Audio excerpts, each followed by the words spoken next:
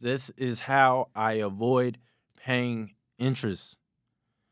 Now you're going to have a balance on your credit card, right? So you're going to, I'll go through this real quick. So you get your credit card, right? And then you start, charging it, doing whatever. And then there's going to be a closing date. This is the period from when you get the credit card to when it closes, right? The closing date. Throughout that period, you're spending money on the card, right? And then at the closing date, it closes, and then you get a yo. What's goody? What's goody? Latrell in a hoodie, and welcome to another episode of the Brother Next Door podcast, where we talk about finance, personal development, and skills to get you further in life, the actual steps, and my own personal experiences. In this episode, we're talking about 6 financial tools I am using in my mid 20s. 6 tools. The first 3 are going to be more focused on the utilization of my money. And then the second set of tools, the second 3, are going to be more focused on the management of my money. So let's get right into it. And then last but not least, at the very end, I'm going to talk about how I avoid paying interest on my credit cards. But you're going to have to wait for that one. So let's get right into it. The first financial tool I use is employer match. As you guys know, if you haven't been here for a while, I am a full-time electrical engineer, and a part of that perk is having an employer match. So what that basically means is they will match your retirement 401k account. And so in my case, I use a Roth 401k. This is not financial advice. I'm not a financial advisor. Let me go and get that out the way now. But I use a Roth 401k at work, and so they match that. And so in my case specifically, my company matches up to 6%. The first 3% is 100%, and then the second half of that is only 1.5%. So really, they're only fully matching 4.5%. It's kind of confusing, but forget everything I said and just remember they basically match 4.5% of what I put in, right, into my 401k. The first 6%. And so with that, understand that's basically 100% return on the money that you're putting in, right? The market rises, the market falls, but you're guaranteed 100% match up to what the company decides to give you, right, as a match, but they're giving you a certain percentage match on what you put in, right? So in my case, if I donate 6%, they're going to match 4.5% of my income, right, into that 401k. And so they're saying, hey, you're guaranteed to get 4.5% if you invest 6% of your check every single 2 weeks, right? I get paid bi-weekly. And so that's free money. Why would you not want free money, right? If you're able to, obviously you got to make sure the financials are right. If, you're struggling in other areas, take care of your business, pay your debt. But if you're able to invest in that retirement account, why not get that free money, right? And so in my case, I'm only doing the 6%. I'm not going any further because I'm focusing the rest of my money on paying off my student loans. Next financial tool I use is a high yield savings account. Understand, you go to these big banks, they're going to give you pennies on the dollar. While they're taking your money and investing it and making millions upon billions of dollars, they're just giving you a very small crumb of what they're making every single day.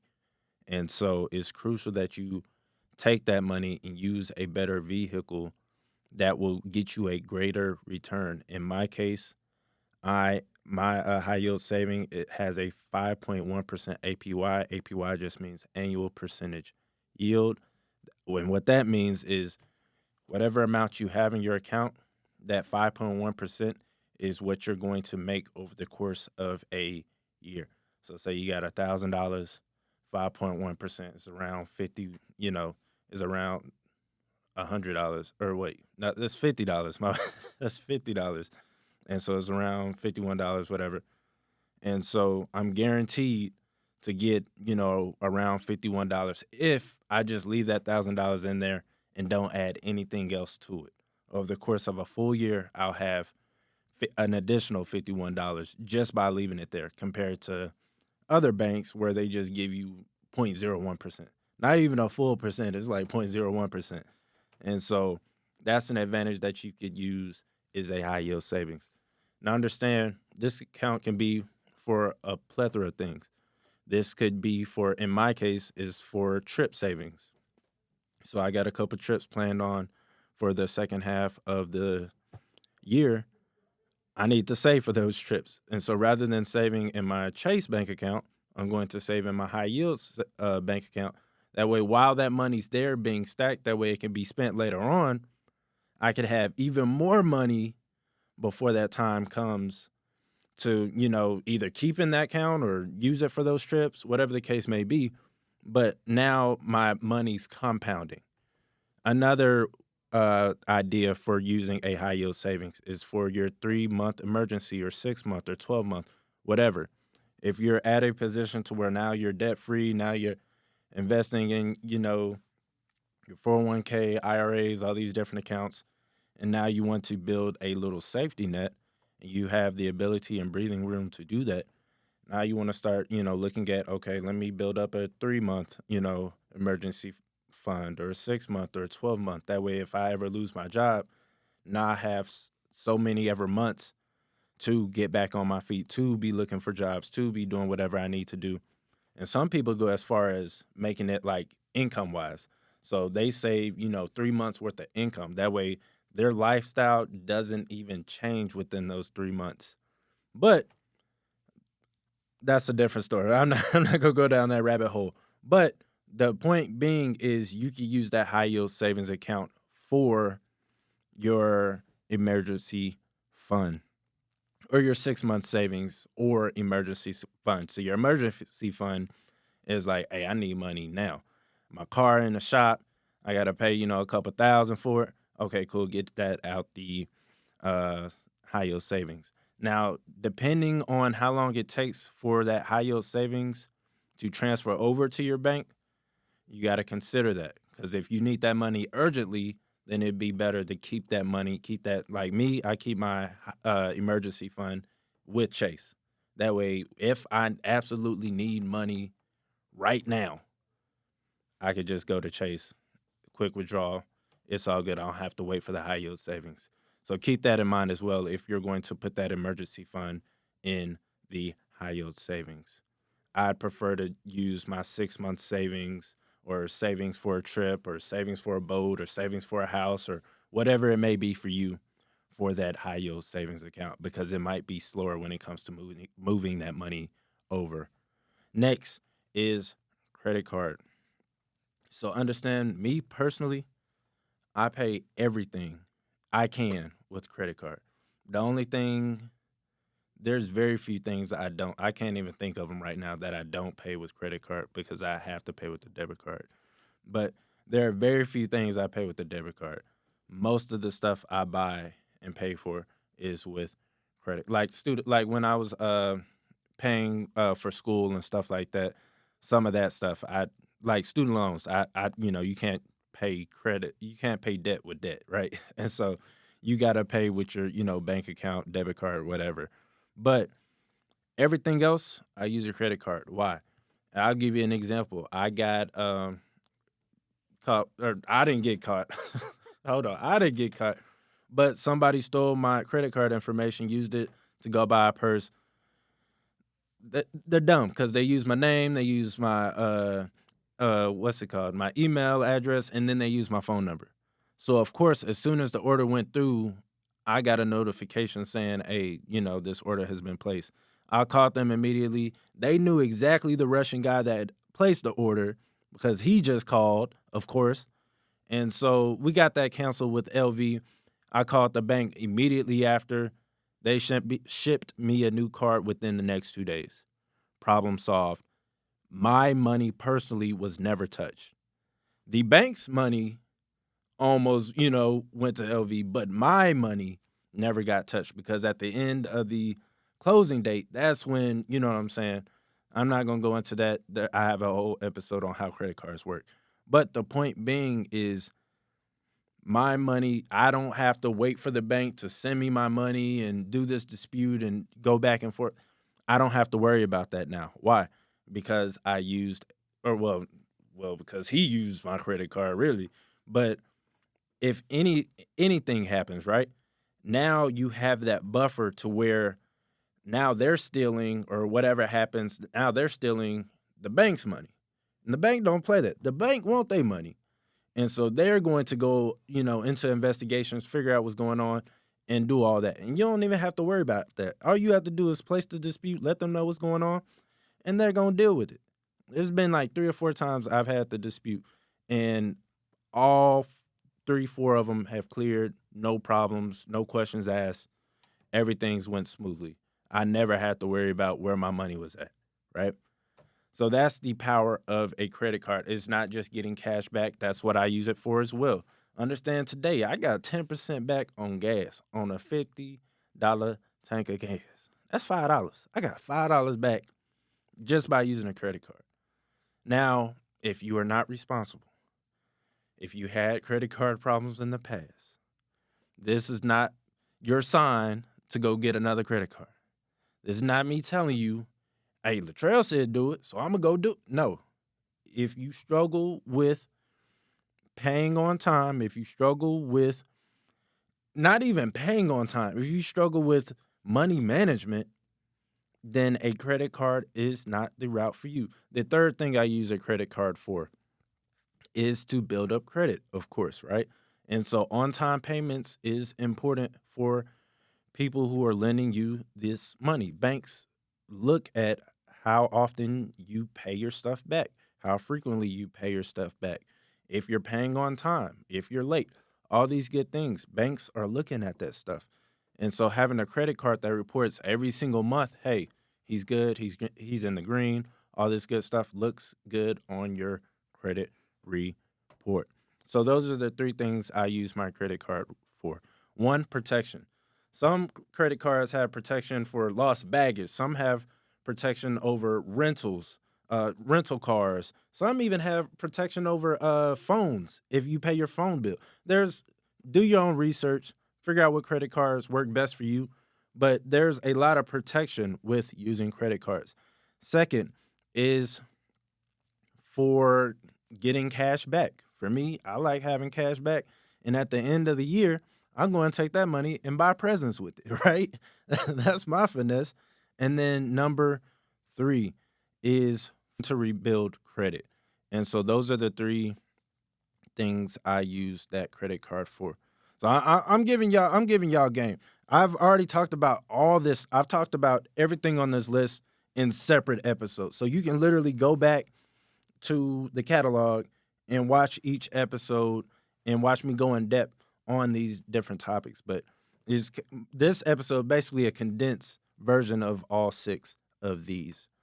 And so an alternative, if you're like, hey, Latrell, I struggle with spending money. I struggle with paying stuff off. Look, as far as it building, as far as taking care of your credit score and building your credit, you could use your rent, you can use your car payment, you can use your mortgage, you can use student loans, so on and so forth. There are different ways to prove your credit worthiness, prove that you are responsible with paying stuff back. It doesn't have to be a credit card. A credit card is an option, is not a necessity. It is a option, it is not a necessity. Please realize that. Just because I use it and it works for my workflow doesn't necessarily mean it's going to work for your workflow. So keep that in mind. That's very important. There are alternative ways to build your credit. Next tool. Now we're switching over to the second half. This is where we're actually managing the money. These are the tools I use to manage my money. Number one, budget. That big old B word, budget. You have to budget. Understand when it comes to a budget, this is your monthly check-in with yourself. Now, this could be weekly, this could be daily. It's up to you. Whatever works for you, right? But for me, it's a monthly check-in to say, hey, Latrell, Where have you been spending your money? Now, I'd update it on a daily basis, especially if I know I'm spending a lot of money or going to a lot of different places, because you don't want to spend, trust me, you do not want to spend 2, 3 hours going through all your bank statements trying to update them. It's, don't do it. So update it every single day or every single week, whatever works best for you. I try to do it every 2, 3 days, right? But at the end of the month, I take a seat and I look at it and it's like, okay, how much did I spend on food? Okay, how much did I spend on this car? Okay, how much did I spend here? How much did I spend there? Where do I need to cut back on? Most of the time, that's food, whatever it may be for you, right? But now you have a monthly check in with yourself to make sure you're staying on track with your financial goals, right? Number two, net worth calculator. Now, these two tools, the budget and the net worth calculator, both are done on Google spreadsheets. You can use Excel, you can use whatever. You can use an online tool, right? I Why pay for it when you can do it yourself, right? But both of these I use Google Sheets for. Net worth calculator. Now, this for me is a yearly check-in. I just started doing this. I did this last December. This is the first time I've ever done it. I don't know why I'm stuttering today. This is the first time I've ever done it was back in December. And so understand this is a yearly check-in. So you do the, 2 to 3 days kind of mini check-in, write down, what you've paid for, all that good stuff. And then the monthly you actually sit down and say, okay, where do I need to cut back? Where do I need to spend more? Am I saving? Am I not? What do I need to do? How do I need to maneuver for next month? And now at the end of the year, you're saying, okay, where am I at this point in my life, right? From a yearly standpoint, from a net worth standpoint, where am I at? And so all you're going to take is your or you're going to take your assets and subtract them from your liabilities, right? And so if you have more assets than liabilities, then your net worth is going to be in the positive. If you have more liabilities or debts, then you have assets like a or like a house, not a mortgage. Mortgage is a liability, but the equity you have in your home, right, is a asset. And so if you have more asset or if you have more liabilities than you have assets, then you're going to be in the negative. And you don't want to be in the negative. Cuz I'm in the negative. I'm like negative third like 20s. I'm in the 20s right now. 20,000 something in the negatives. You don't want to be in the negative. But as a young adult that went to college and graduated, or even if you don't graduate and you still took out student loans, you don't want to be negative. And so our goal here on the Brother Next Door podcast is for me and for you to get out of the negatives and let's work our way to the positives, right? Let's get that positive net worth going, right? Now, understand net worth doesn't have to do with your income. Let me be very clear. Your net worth doesn't have to do with your income. Now, your income plays a part in your net worth, but it's not everything. You could be making $1 million a year, but if you're spending it on stupid stuff, having, a, $5,000 a month or $10,000 a month mortgage and then $10,000 for cars and spending all your money on, going out to eat and all these different things. And at the end of the year, you're at zero or even worse, negative because you're using credit cards and debt and all this stuff. What's the point? Now you have none to show for that $1 million you made over the course of that whole year. But on the other hand, you could be making $40,000, have low expenses, living with your parents, taking care of everything you need to take care of, bought your car cash, keeping your bills low, not trying to keep up with the Joneses, and you saving, $100 every single month. And at the end of the year, you got, $1,200. And now your net worth is $1,200 because you were consistent with saving and diligent and didn't go into debt and all this good stuff. Now you got a net worth of $1,200 off a $40,000 salary. But the millionaire is in the negatives because he was trying to keep up, hanging with the girls, and do all this stuff. And now it's broke. Mentally, it's broke. Keep that in mind. Keep that in mind. Last but not least, automatic payments. Automatic payments. This is how I avoid paying interest. Now you're going to have a balance on your credit card, right? So you're going to, I'll go through this real quick. So you get your credit card, right? And then you start, charging it, doing whatever. And then there's going to be a closing date. This is the period from when you get the credit card to when it closes, right? The closing date. Throughout that period, you're spending money on the card, right? And then at the closing date, it closes, and then you get a statement. And the statement tells you, hey, you owe this much money from this period of time in which you've been spending money. And then after you get the statement, now you're going to have a due date. I go through all this in a video. I'm trying to be quick with it. You're going to have a due date.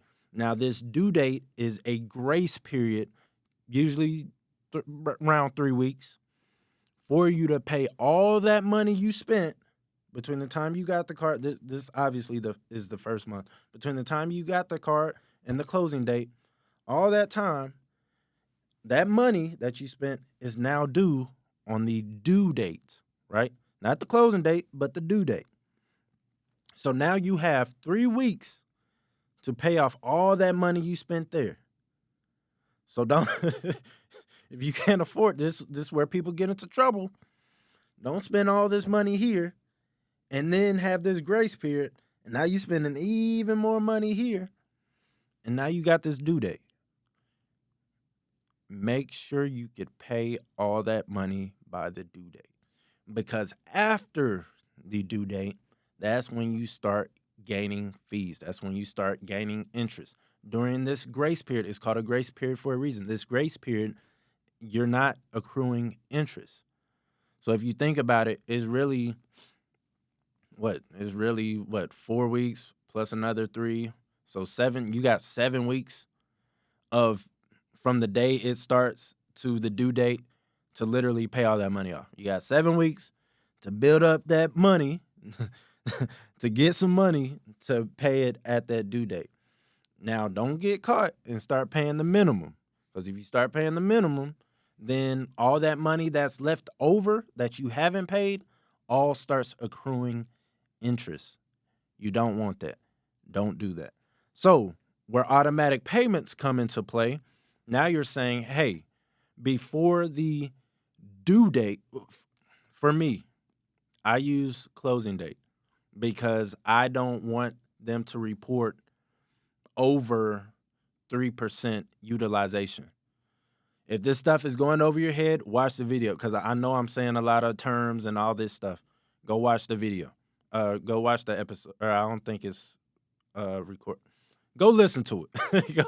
go listen to it. I'll leave a link below. But you want to make sure, at least for my case, I didn't want them reporting more than 3% utilization to the credit bureaus. So I put my automatic payment date before the closing date. That way, when the closing date came, it showed, hey, you only use 3% or 2% or 1% of the amount we allowed you to use, right? So it's like, okay, we're going to send that 1% to the credit bureaus. Credit bureaus only see that you only use 3% when in reality you could have ran it all the way up to, max it out or whatever right before then. But that's what I do. But I advise everyone to at least put that automatic payment date before the due date. All right, at least do that. That way you don't accrue. One, you don't accrue interest, and two, you definitely don't get fees for late payments. That's how you avoid late payments. That's how you avoid interest. is paying off your student loans. You can avoid interest that way is by paying off your student loans too. But you avoid interest with credit cards by paying it off before the due date in full. Hopefully that makes sense. I know I went a little bit deeper than I really wanted to, but I want you guys to really understand that and get that extra little gem out of that. And so those are the 6 financial tools I'm using in my mid 20s to get me from where I am, uh, around 30K in debt, to hopefully uh, in a positive net worth by next year around May. Around May. So what are these 6 financial tools? Employer match, high yield savings account, credit cards, budgeting sheet, net worth calculator, as well as automatic payments. I hope you guys are getting value. I hope you guys are enjoying the podcast. Leave a 5-star review. Let me know what you like. Let me know what you don't like. Let me know what I can improve on. Let me know what you guys want to hear more about, or what you guys haven't heard me talk about that you want to learn about. And I will get right on it. I hope you guys are enjoying it, and I will see y'all in the next episode. Peace.